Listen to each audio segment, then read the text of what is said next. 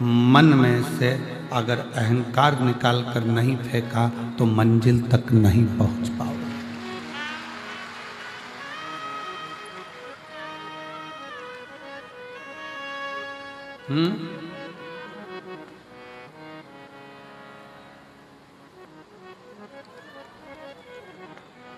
मंजिल तक नहीं पहुंच पाओगे।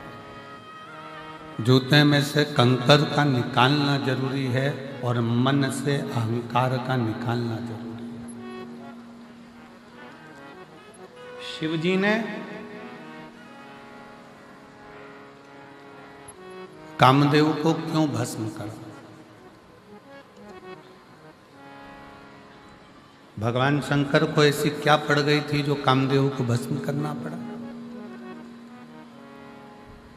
मेरे शंकर भगवान कामदेव को भस्म नहीं करते, पर कामदेव के अंदर अहंकार इतना आ गया था कि भगवान शंकर को कामदेव को भस्म करना ही पड़ा। अहंकार में तीन गए, धन, वैभव और वंश।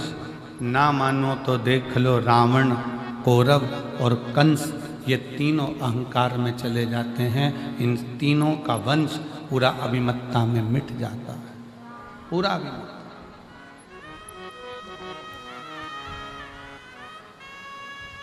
शिव को अभिमत्ता प्रिय नहीं। शंकर भगवान को तुम्हारा अहम, तुम्हारा अहंकार प्रिय नहीं। भगवान शंकर कामदेव को जलाकर इसलिए भस्म कर रहे हैं क्योंकि कामदेव के अंदर ये अहंकार आ गया था कि मैं शंकर की समाधि को तोड़ सकता हूं, मैं शिव की समाधि को तोड़ सकता हूं। मैं शब्द, मेरा संबोधन अहमता की निशानी है।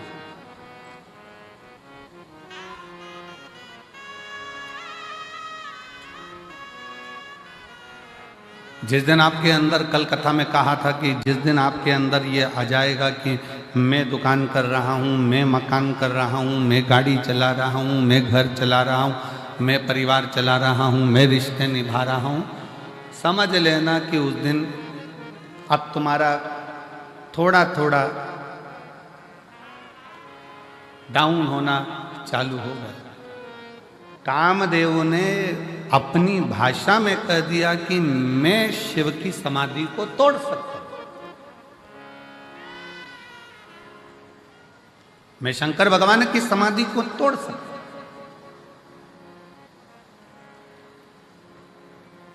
मेरी जीजियों, मेरे जीजाओं, मेरी बेटियों, बेटाओं, मेरी माताओं, मेरे भाई, मेरी बहनों, एक बात बहुत सावधानी से सुनना। नवरात्रे आते हैं, नवरात्रे आते हैं। नवरात्रे में आप माता रानी के व्रत कर लेते हो, जोत जला लेते हो, माता रानी का व्रत करते, उपवास करते, जागरण करते, जोत जलाते, पूजन करते, निवेदन करते। और अभी फिर चैत्री नवरात्रे आएंगे, आप फिर आराधना करोगे, फिर साधना करोगे, फिर जोत जलाओगे, फिर माता रानी को याद करोगे, फिर व्रत रखोगे। आप कितने भी व्रत करो, आप कितनी भी जोत जलाओ, आप कितना भी जागरण करो, पर 4 लोगों के सामने जाकर ये कभी मत कहना कि मेरे जैसा व्रत कोई नहीं कर सकता, मेरे जैसा जागरण कोई नहीं कर सकता और मेरी जैसी जोत कोई नहीं जला सकता। ये अभिमत्ता। आपके मुख से तो शब्द निकलना चाहिए, आपके मुंह से तो, आपके मुख से तो वाणी निकलना चाहिए कि वो माँ अम्बा, जगदम्बा, दुर्गा भवानी, माँ वैष्णव रानी, माँ जगत जननी, माँ नैना, माँ मनसा, माँ कांगड़ा, माँ चिंतपूर्णी, माँ ज्वाला, उसकी जैसी इच्छा होती है वैसा व्रत करा लेती है, और उसकी जैसी इच्छा होती है वैसा जागरण करा लेती है, और उसकी जैसी इच्छा होती है वैसी जोत जला लेती है। हमारी सामर्थ्यता नहीं है, हमारा अहम हमें त्याग है, हमारी अभिमत्ता हमें त्याग है, हमारे भीतर का अहंकार हमें त्याग है। कितना सुंदर गुरु नानक देव जी ने अपनी वाणी में कहा है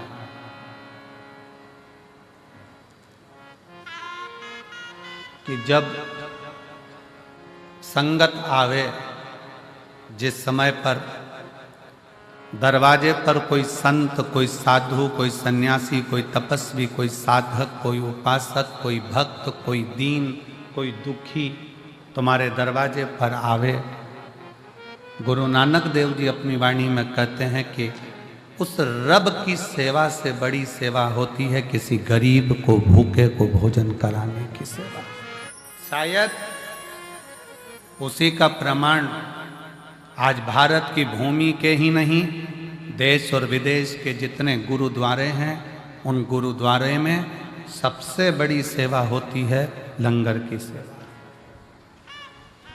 सबसे बड़ी सेवा है लंगर की सेवा। इसलिए शायद भारत की भूमि के ही नहीं, देश और विदेश के सारे गुरुद्वारों में जब लंगर चखने के लिए लोग जाते हैं, लंगर सेवा में लोग जाते हैं, तब ये मानकर सेवा करते हैं कि हम किसी दूसरे की सेवा नहीं कर रहे, हम हमारे रब की सेवा कर रहे हैं, हम हमारे शिव की सेवा कर रहे हैं, हम हमारे भगवान की सेवा कर रहे हैं, कोई दूसरे की नहीं।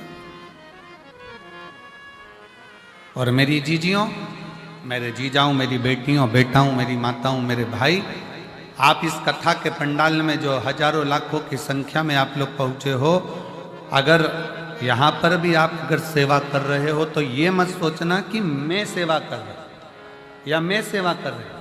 ये तो मेरे बाबा ने कृपा करी, उनकी करुणा हुई, और उनकी करुणा हुई तो मैं कथा के पंडाल तक पहुंची, और उनकी करुणा हुई तो मैंने किसी प्यासे को पानी पिलाया, भूखे को भोजन कराया। भागवत जी किस किस ने सुनी है? हाथ उठाओ जरा। सबने सुनी है? रखो हाथ नीचे। भागवत सुनी होगी तो उसमें एक प्रसंग आता है, भगवान सुदामा और भगवान कृष्ण।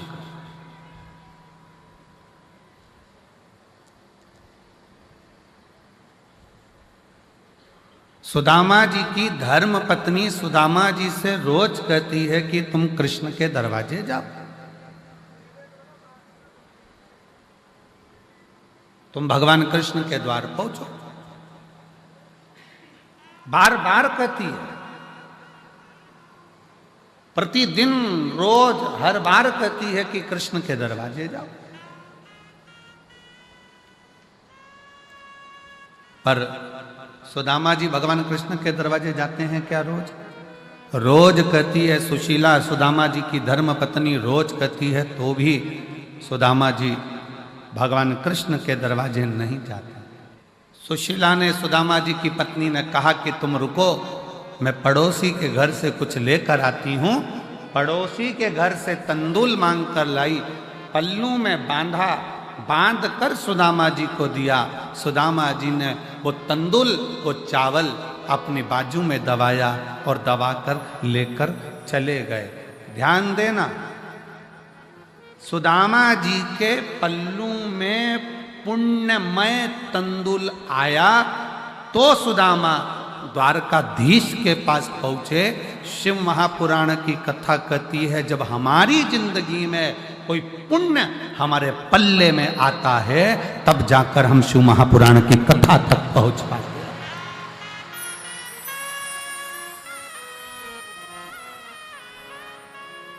यहां पर कई मेरी भटिंडा की जीजियां बैठी हुई हैं, जिनके मन में बहुत दिन से मन में उमंग आ रहा था, भटिंडा में कथा होना चाहिए, पंजाब में कथा होना चाहिए। महाराज जी हरियाणा तक तो आते हैं, थोड़ी सी बाउंड्री पार करके यहां नहीं आ सकते? हमारे पंजाब में भी कथा होना चाहिए, हमारे पंजाब में भी कथा होना चाहिए। कितना कितना कोई पुण्य पल्ले में आया, पुण्य पल्ले में आया। हम पिछली बार जब कथा कर कर यहाँ से गए भटिंडा पंजाब से, तो हमने श्रीमती बबीता मेहता जी से, अमर सिंह जी की धर्मपत्नी जी से एक बात यहाँ से जाते समय हमने कहा, माता जी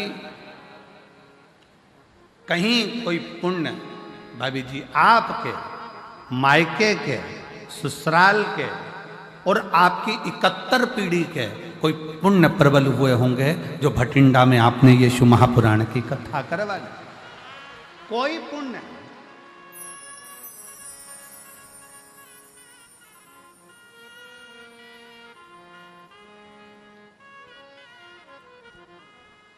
और मैंने तेरे ही भरोसे बाबा, तेरे ही भरोसे हवा बिच उड़ती जावांगी बाबा, डोर हटो छड़ीला मैं कटी जावांगी।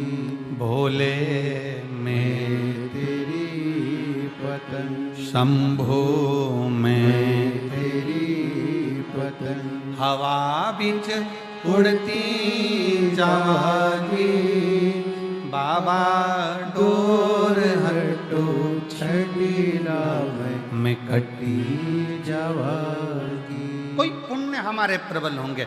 सुदामा जी के पल्लू में जो तंदूल पड़ोसन के घर का आया, चावल पड़ोसन के घर का आया, वो तंदूल जो सुदामा जी लेकर गए, पड़ोसन के घर का पुण्य सुदामा जी के पल्लू में आ गया और वो पुण्य इतना प्रबल था कि उस पुण्य के बल पर सुदामा जी द्वारकाधीश के सामने जाकर खड़े हो गए।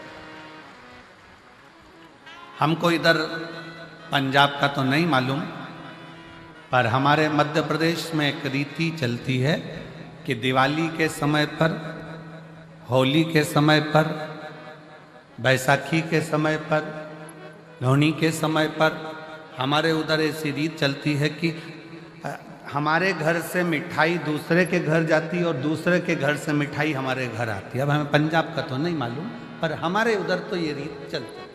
इधर भी चलती है क्या? इधर भी है। अच्छा, फिर तो तुम हमारे जैसे ही और हम तुम्हारे जैसे, ठीक है।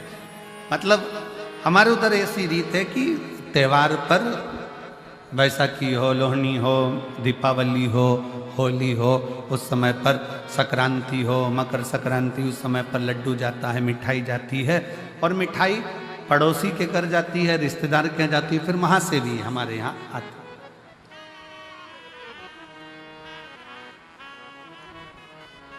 और जितनी अच्छी अपने घर की नहीं लगती उतनी पड़ोसी के घर की लगती है। हमारी मासी जी के यहाँ से आई, मामा जी के यहाँ से आई, काका जी के यहाँ से आई, काकी जी के यहाँ से आई, वहां से आई। अच्छा, ऐसा प्रसंग नहीं है कि पड़ोसी के घर की ही मिठाई ठीक लगे, अपने घर भी अच्छी बनती है, पर ऐसा लगता है कि वहां से आई।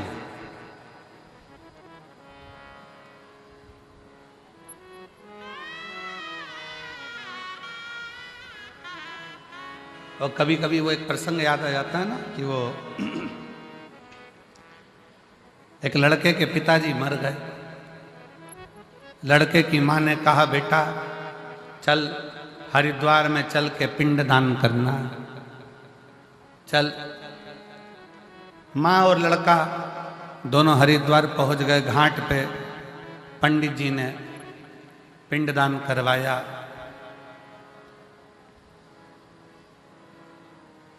और पिंडदान करवाने के बाद वहां पर भोजन रखा। इतने में एक कौवा उड़ते उड़ते आया।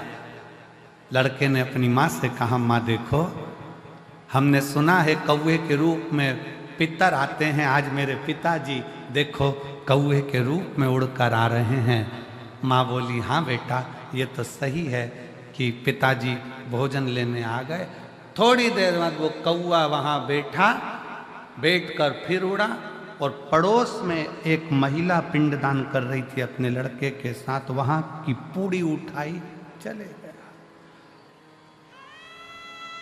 बेटा बोला, देखो माँ, कौवे ने पास में से पूड़ी उठा ली पर अपनी पूड़ी नहीं उठाई। इतने में माँ रोती रोती बोली, पक्के में तेरा ही बाप है, पक्के में तेरा ही बाप है। कभी उनको अपने घर का पसंद ही नहीं आया, जब भी खाया पड़ोसी के घर ही खाया। तेरा ही बाप है, ये निश्चित हो गया, ये पक्का हो गया।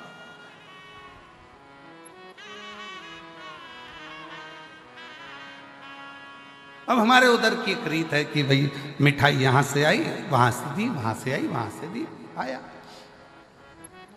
क्यों, किस लिए? हम भारतीयों में ऐसा रिवाज क्यों है कि त्योहार पर, फंक्शन में, उत्सव में अपने घर की मिठाई दूसरे के घर, दूसरे के घर की मिठाई अपने घर, ऐसा हमारे भारतीयों में ऐसा प्रसंग क्यों आता है? उसका कारण केवल एक सुदामा जी के चरित्र से है। सुदामा जी की पत्नी रोज कहती रही कि जाओ द्वारकाधीश के दरवाजे जाओ, द्वारकाधीश के दरवाजे जाओ, द्वारकाधीश के दरवाजे।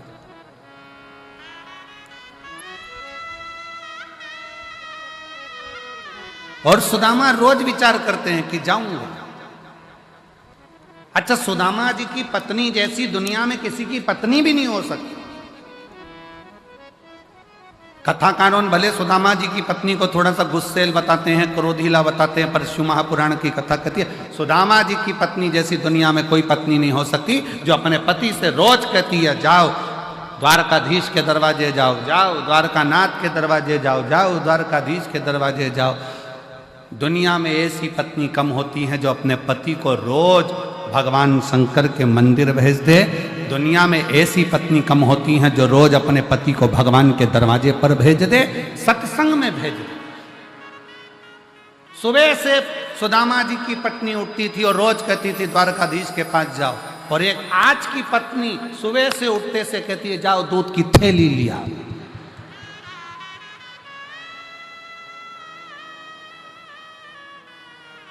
और ऊपर से भी फोन करती करती कह रही है ब्रेड का पैकेट भी लिया ना। और सुनो, आते आते आते आते देखिए ना, थोड़ा वो पार्लर वाली 3 दिन पहले गई थी, आई कि नहीं आई। और पति बेचारा डिप्रेशन में आ गया, इसके टेंशन।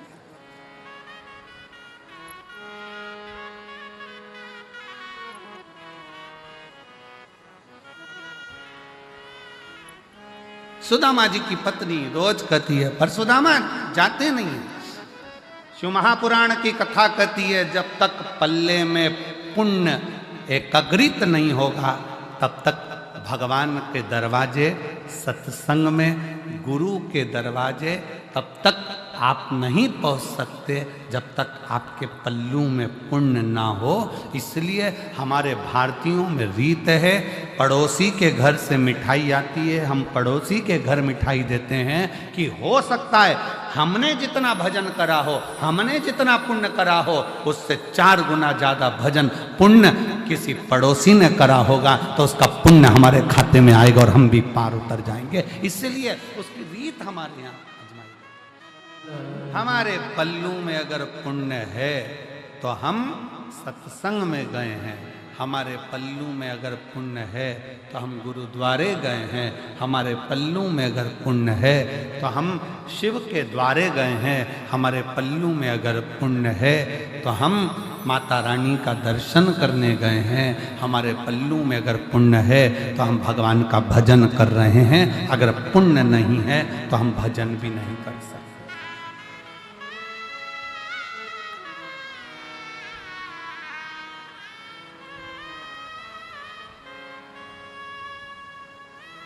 पुण्य अपने पास,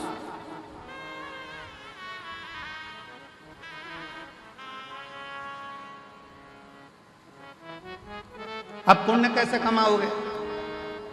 शिव महापुराण की कथा कहती है, हमने पहले भी कथा में कहा, ये कौन सा हाथ है? सीधा हाथ। ये कौन सा हाथ है? जम के बोलो, उल्टा हाथ। पुण्य का काम कैसे करते हो? जम के बोलो जरा, सीधे हाथ। एक दिन इस उल्टे हाथ को बड़ा बुरा लगा कि जो भी कुछ करे तो यही करे, हवन करे तो ये, दान करे तो ये, पुण्य करे तो ये, सत्कर्म करे तो ये, अपन तो बेकार में पैदा हुआ। इस उल्टे हाथ को थोड़ा सा बुरा लगा। एक ही एक बहू अगर सब काम करे तो दूसरी बहू को तो बुरा लगता ही। कि बताओ, सास एक ही एक को पूछ रही है, सास एक ही एक को काम बता रही है, हम तो बुरे, हमारा क्या काम। इस हाथ को बड़ा बुरा लगा कि मैं काय के लिए पैदा हुआ, क्या काम का मैं, जब सीधा ही सीधा हाथ सब काम करे, हवन करे, पूजन करे, अर्चना करे, दान करे, भोजन करे, सब कुछ करे, सीधे हाथ से ही करे, ये उल्टा तो किसी काम का नहीं है।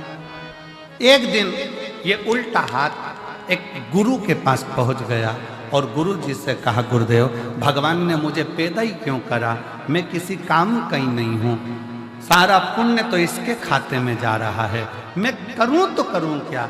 इतने में गुरु ने कहा, चिंता मत कर, तेरा नाम उल्टा हाथ है, मतलब तू किसी काम का नहीं है, फिर भी अगर तू एक काम कर, जो सीधा हाथ काम करे ना, तो तू इसको टच कर लिया कर, टच करेगा तो वो पुण्य के साथ तुझे भी थोड़ा थोड़ा पुण्य मिलना प्रारंभ हो जाएगा और तेरा कृतार्थ,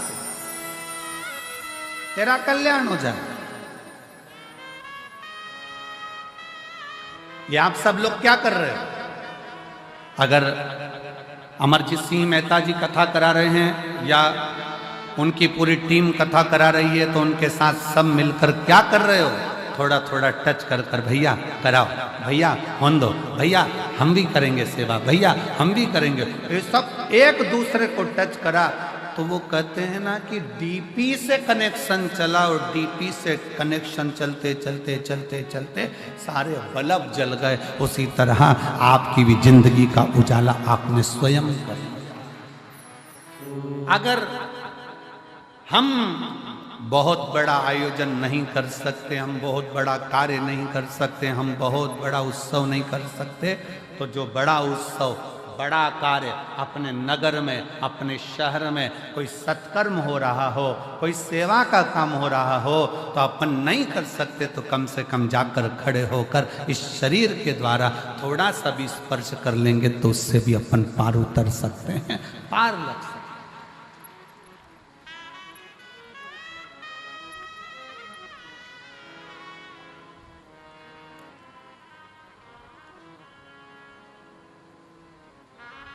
श्रेष्ठ कर्म हमारा हमें परमात्मा तक ले जाता है।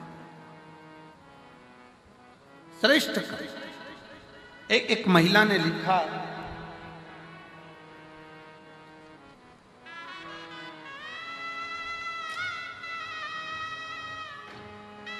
मैं बबीता काम्बोज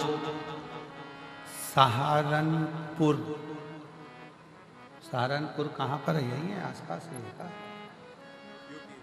है, यूपी सहारनपुर। सहारनपुर की रहने वाली हूँ, कहीं बैठी हो आप ही हैं, आ जाओ, बेलपत्र लेकर के आ जाओ। मैं सहारनपुर की रहने वाली हूँ, बबीता कंबोज। मेरा मोबाइल नंबर ये है। गुरुदेव, मैं वर्णन करना चाहती हूँ, जब पहला कोविड आया था 19 का, तब मेरे पति को कोविड हुआ और उनकी दोनों आंखें चली गई, दोनों आंखों से दिखना बंद हो गया।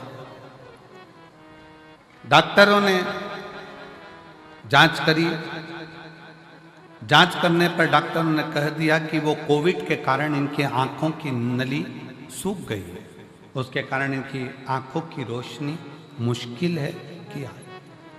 एक जगह पर दिखाया, मन नहीं माना, तब हम फिर चंडीगढ़ ले गए।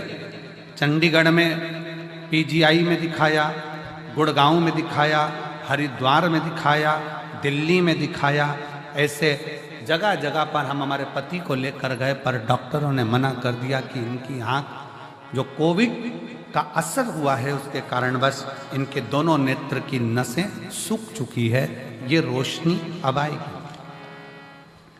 किसी ने चेन्नई का कहा, वहां दिखाया, पर रोशनी आंखों की नहीं है। अब आखिरी में हम हार गए। तब किससे कहें? हमारी एक परिचित ने कहा कि टीवी पर कथा आती है, 1 बजे वो सियोर वाला महाराज कथा कहता है, शिव पुराण चलती है, तुम्हारे पति को भी सुनाओ, तुम भी सुनो। हमने कथा सुनना प्रारंभ करा और कथा सुनते सुनते हमने शिवजी पर जल चढ़ाना प्रारंभ करा। जल चढ़ाया हुआ अपने पति की आंखों पर लगा देते, बेलपत्री खिला देते। तब अपनी पड़ोसन से कहा कि तुम, पति तो नहीं जा सकता, क्या तुम मेरे साथ सीहोर चलोगी? हम हमारी पड़ोसन के कहने पर उसके साथ सीहोर गए। वहाँ से कंकर शंकर की पूजन करी, रुद्राक्ष लिया और वहाँ से रुद्राक्ष लेकर आए।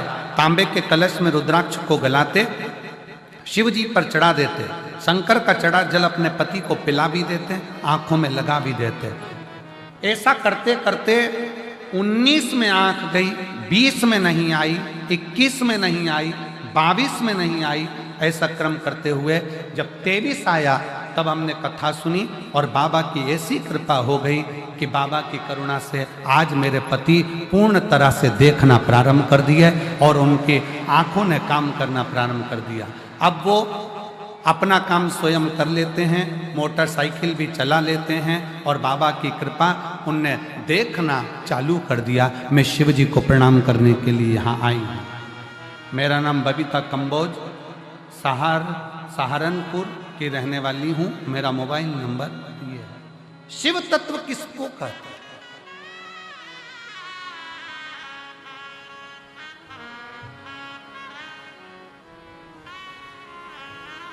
शंकर की भक्ति किसको कहते हैं? शिव की उदारता किसको कहते हैं? कुछ नहीं बने ना।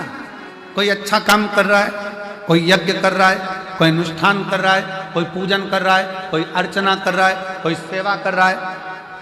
अपन नहीं कर सकते इतना बड़ा आयोजन, अपन नहीं कर सकते कोई अच्छा काम, तो उसके लग कर भैया हम हैं, हम संभाल लेंगे। कोई काम ना दीजिए तो खाली पानी की बोतल हम उठा लेंगे, हम कचरा उठा लेंगे, पर हमें सेवा करनी है। पति की आंखें पहले कोविड में चली गई, देखना बंद कर दिया, नेत्र नहीं। डॉक्टरों ने जवाब दे दिया था, चंडीगढ़ के पीजीआई कॉलेज के, गुड़गांव के, हरिद्वार के, चेन्नई के, दिल्ली के, सब ने मना कर दिया था आंखें नहीं आएगी क्योंकि नसें सूख गई। पर अरे तेरा ही दिया मैंने खाया पिया रे, तेरा शुक्रिया रे, तेरा शुक्रिया है। अब वो मोटरसाइकिल भी चलाते हैं, अपना काम भी करते हैं और दुकान भी संभाल लेते हैं। अब उनको पूरा दिखना प्रारंभ हो गया। ये शिव है, उसकी आराधना करें बिना किसी आडंबर के, बिना किसी दिखावे के।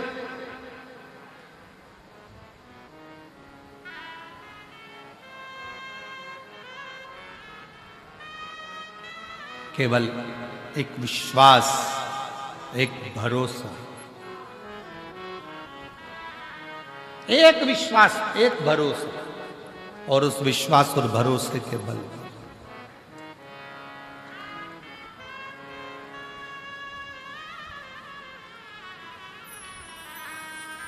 शिव महापुराण की कथा कहती है, पल्लू में अगर पुण्य बंध गया, पल्लू में अगर पुण्य आ गया, खूब अच्छी अच्छी होटलें हैं, खूब बढ़िया बढ़िया होटलें बनी हुई है, बहुत बड़ी बड़ी होटलें बनी हुई है। आप होटल में 24 घंटे खाओ, मना नहीं, मना नहीं। पर यदि अपने नगर में, अपने क्षेत्र में तुम कहीं बाहर गए हो और राह में तुम्हारी जेब में अगर पैसा है तो तुम अच्छी अच्छी होटल में खा सकते हो, पर एक बात याद रखना, पैसा अगर जेब में है तो होटल तक पहुंचोगे, और अगर पुण्य तुम्हारी जेब में है तो तुम गुरुद्वारे तक, शिव के मंदिर तक, शंकर की चौखट तक।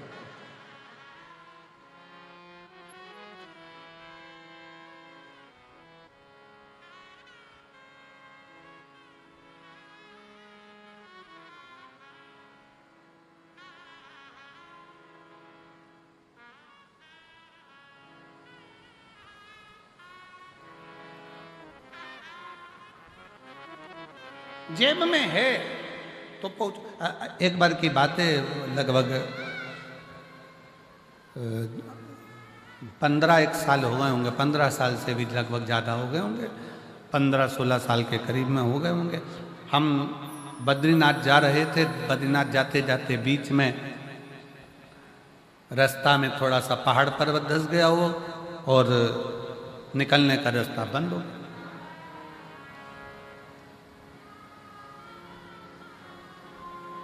वहीं पंजाब के 2 बेटे, पंजाब के 2 लड़के और मोटरसाइकिल से वो हेमकुंड साहिब जा रहे हैं।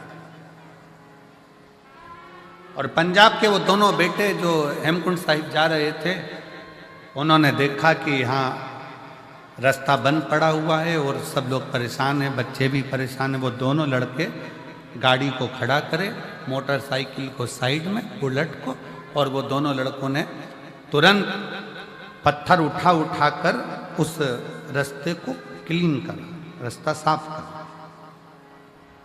जब रास्ता साफ हो गया तब हम नीचे उतरकर उन दोनों बेटों के पास में गए और हमने उन दोनों बच्चों से कहा, हमने कहा कि भाई तुम्हारी मोटरसाइकिल पर, बुलेट पर तो इतने सारे कपड़े भी नहीं है, इतना सारा सामान भी नहीं है, फिर आप इतने ठंड में ऊपर जा रहे हो हेमकुंड साहिब के लिए, तो कैसे जाओगे? तो कहा महाराज जी वहां सारी व्यवस्था है, सब व्यवस्था। फिर हमने उन बच्चों से कहा, हमने कहा कि बेटा एक बात तो पक्की है कि तुम्हारी जेब में नोट की गड्डी हो चाहे ना हो, पर तुम्हारे दिल में पुण्य की गड्डी बहुत बड़ी पड़ी है, इसलिए बाबा बुला रहा। जब पुण्य प्रबल होता है तब जाकर कोई सतमार्ग तक पहुंचता है, पुण्य प्रबल होता है तब कोई अच्छा काम कर पाता है, पुण्य प्रबल होता है तब कोई भूखे को भोजन करा पाता है, पुण्य प्रबल होता है तब किसी के घर में अतिथि मेहमान आते हैं, पुण्य प्रबल होता है तब किसी के दरवाजे पर कोई भूखा पहुंचता है। और अगर पाप प्रबल होते हैं तो दुनिया के लोग दूर हटते चले जाते हैं, केवल दारू कुट्टे पास में आते चले जाते हैं।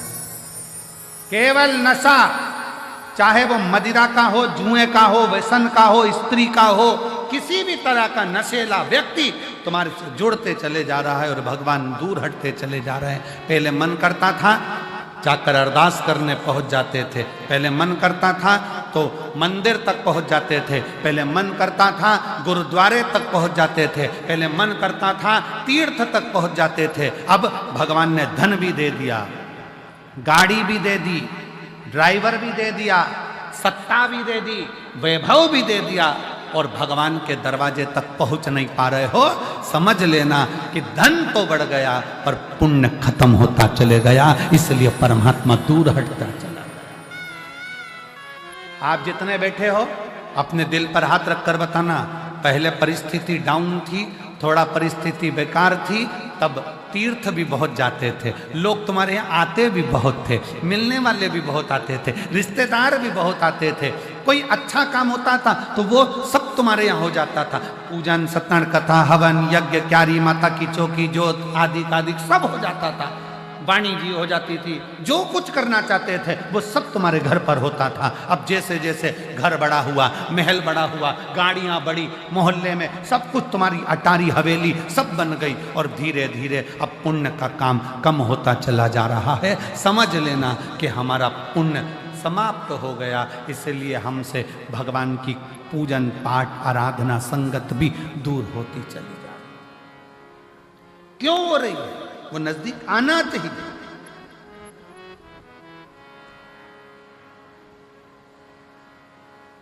पहले छोटा सा घर था, मेहमान ज्यादा आते थे, घर बड़ा हो गया, मेहमान जाना चालू हो गए, मेहमान नहीं आते।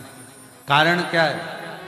घर तो बड़ा हो गया पर दिल बड़ा करना भूल गए, मन बड़ा करना भूल गए।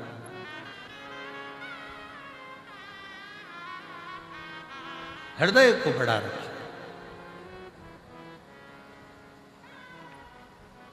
मन को बड़ा रखिए। दिल को बड़ा रखे। और जब हृदय बड़ा हो, एक पत्र है देखिए बड़ा सुंदर। मेरा नाम आरती, पति का नाम अखिल, पिता सुरेश कुमार रंगीला, मोबाइल नंबर ये है, निवासी नूरपुरा ढाणी, तहसील सादुल शहर, जिला गंगानगर, राजस्थान से आई हैं। कहीं बैठी हैं? आ जाओ बच्चे को। गुरुजी, एक लोटे जल का मैं क्या वर्णन करूं।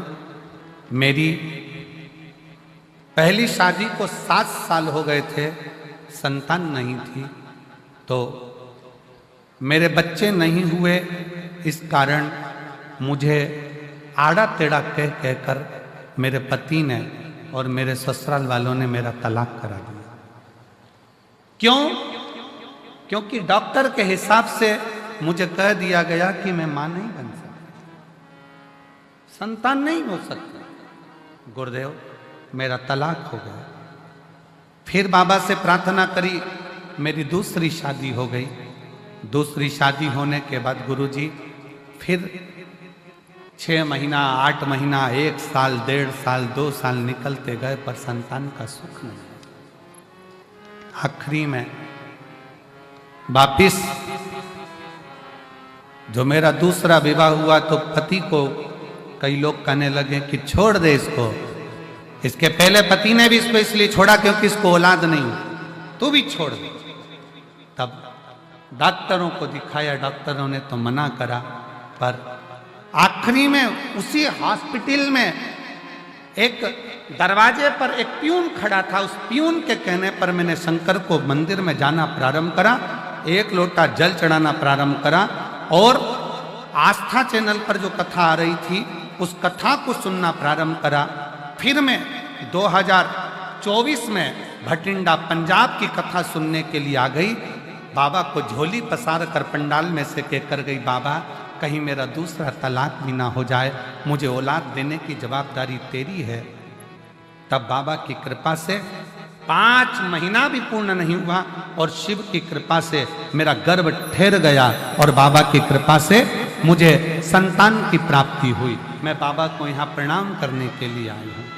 गुरुदेव, 4 दिसंबर को मेरे घर में संतान की प्राप्ति हुई है। मैं शिव को नमन करने, शिव। एक लाइन अच्छी लिखी है, बाबा ना जाने कितनी बेटियों का भाग्य इस शिव महापुराण ने लिख दिया, नहीं तो कई बेटियां तो रोती ही रहती, रोती।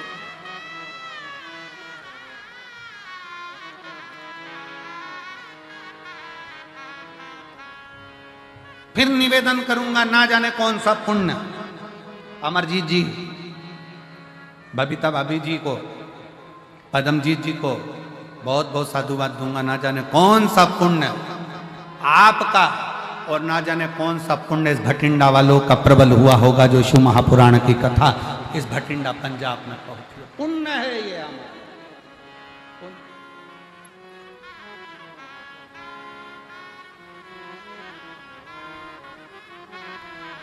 उस पुण्य की प्रबल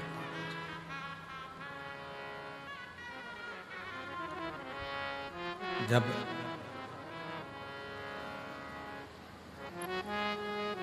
भीतर का हम परमात्मा और हमारे बीच में आएगा तो वो अहम। कल परिवार में से खबर आई कि एक मांगलिक कार्य है और उस मांगलिक कार्य को 11 तारीख का वो मांगलिक कार्य है, तो उसमें आना जरूरी है और परिवार का कार्य। तो हमने अमरजीत जी से कहा कि भैया आशीष को खबर करी कि ये मैसेज अमरजीत जी को दे दो कि कथा जो 7 दिन की है वो कथा 5 दिन में पूर्ण करेंगे, और कथा जो 12 तारीख को पूर्ण होना थी वो 10 तारीख को हम पूर्ण करके 10 तारीख को हमें निकलना पड़ेगा। 11 तारीख और 12 तारीख का 2 दिन का परिवार में कार्य है और बहुत जरूरी है उसमें जाना। अब वो खबर पद्म बेटा को मिली और पद्म बेटा पद्मजीत जी मेहता आशीष के पास आए कि आशीष भैया बात करना है। कहा क्या? कहे गुरु जी से बोलो ना कि 7 दिन की पूरी कथा करें। गुरु जी 5 दिन की कर रहे हैं। हमने आशीष जी से कहा कि पद्म को बोलो, बाबा फिर बुलाएगा। जो 5 दिन अगर मिले हैं ना तो ये 5 दिन भी अपनी झोली इतनी भर लो कि अगले वर्ष फिर बाबा कृपा कर दे। इतनी कृपा। ये 5 दिन भी अगर मिले हैं तो जीवन के वो लक्ष्य बनाकर, वो आनंद बनाकर सुनो। और मेरा फिर भटिंडा वासियों से निवेदन है, आज कथा का दूसरा दिन हो गया, 3 दिन की कथा और है आपके पास में। ऐसा झोली पसार कर सुनना कि मेरे बाबा अगली बार हमें इतना देना कि हम भी शिव महापुराण की कथा इस भटिंडा शहर में करा सकें। ऐसी कृपा श्रवण करो दिल से।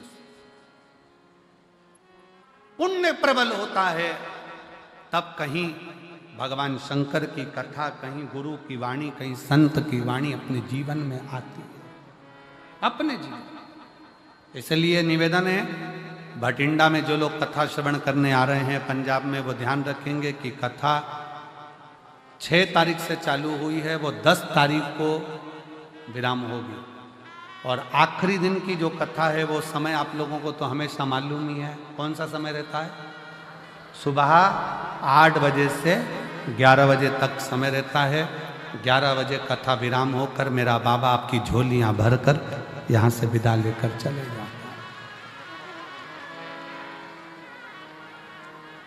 पुण्य के ये 5 दिन है, सुनो, धारण करो और अपने जीवन में उतारो।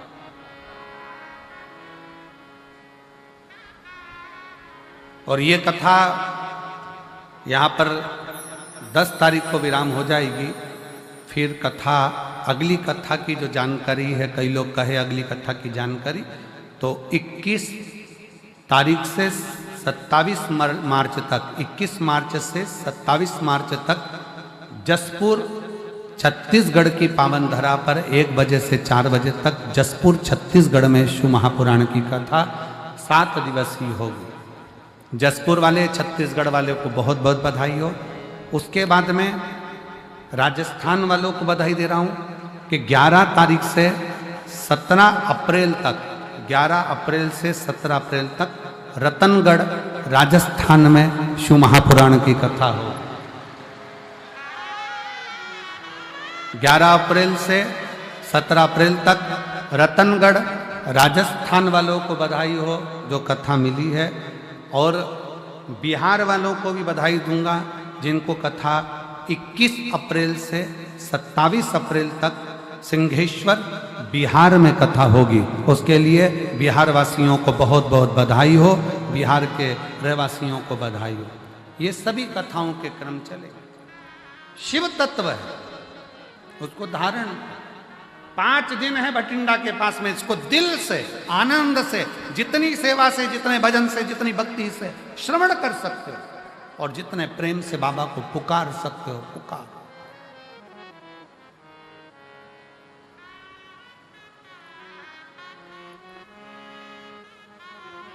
शिव कथा कर रही, भगवान शंकर का चरित्र कर रहा है, शिव महापुराण की कथा कर रही है। भगवान शिव का चरित्र कथा है। कामदेव के भीतर अहंकार, कामदेव के भीतर अभिमत्ता, कामदेव के भीतर अहम समाहित हो गया। अभिमान कामदेव के भीतर, अहम।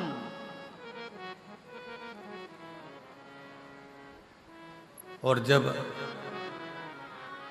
कामदेव के भीतर अभिमत्ता समाहित हुई, अहंकार आया, मेरे शिव भस्म नहीं करते। जब अहंकार बढ़ता चले जाता है तो शंकर भी भस्म कर ही दे।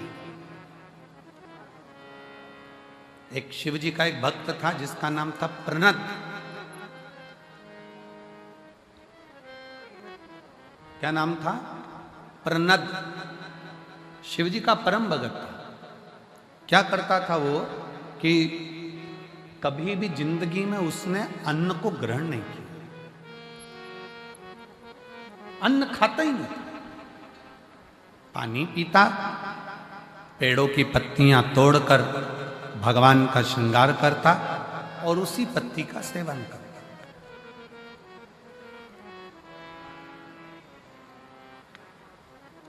कभी अन्न को उसने छुआ ही नहीं। केवल शंकर भगवान को जल अर्पित करना, शंकर भगवान को बेल अर्पित करना, भगवान शंकर को बेलपत्र चढ़ा देना, भगवान शंकर के ऊपर श्रृंगार कर देना पत्तियों का, उसी पत्तियों को उठाकर उसको खा लेना।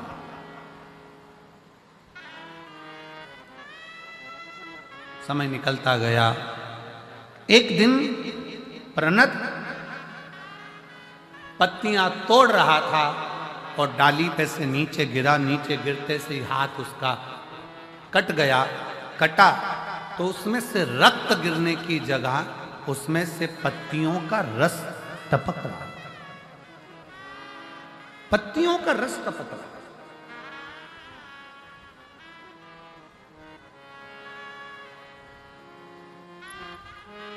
और जब पत्तियों का रस टपकते उस प्रणत ने देखा तो बड़ा खुश हुआ और खुश होकर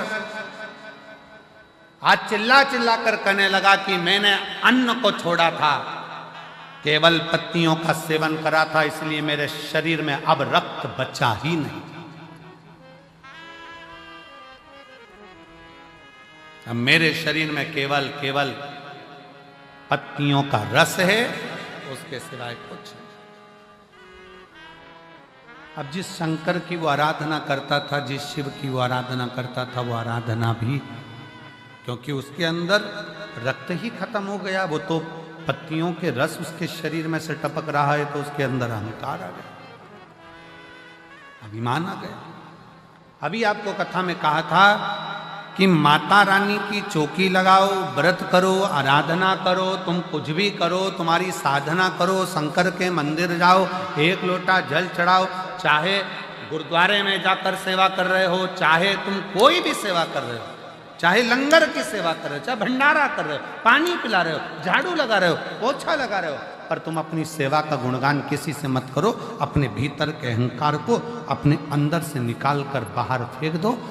जब अहंकार अपने अंदर से निकल कर बाहर जाएगा तो निश्चित है कि परमात्मा को मिलने में देरी नहीं लग पाएगी। परमात्मा को मिलने में देरी